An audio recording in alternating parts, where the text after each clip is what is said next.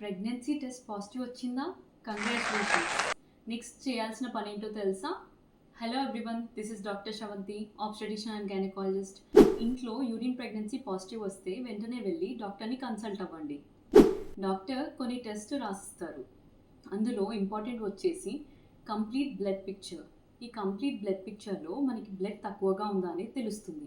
దాని ద్వారా మనం ముందుగానే ట్రీట్మెంట్ పెట్టుకొని డెలివరీ టైంలో ఇబ్బంది అవ్వకుండా చూసుకోవచ్చు. సెకండ్ వచ్చేసి థైరాయిడ్ టెస్ట్. ఈ జనరేషన్లో కామన్గా థైరాయిడ్ అబ్నార్మాలిటీస్ అనేవి వస్తున్నాయి ప్రెగ్నెన్సీలో.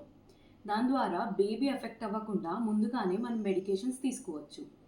థర్డ్ వచ్చేసి షుగర్ టెస్ట్. ఈ డైలీ లైఫ్ స్ట్రెస్ వల్ల, లేట్ ప్రెగ్నెన్సీస్ వల్ల బేబీస్లో మదర్స్లో ఏంటంటే డయాబెటీస్ అనేది ప్రెగ్నెన్సీలో కామన్గా అవుతుంది. ఇది మనకి ముందుగానే టెస్ట్ చేయిస్తే ముందుగా జాగ్రత్తలు తీసుకోవచ్చు మనం.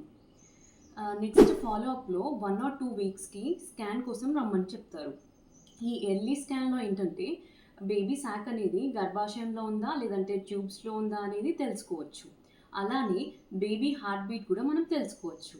Thanks for watching the video.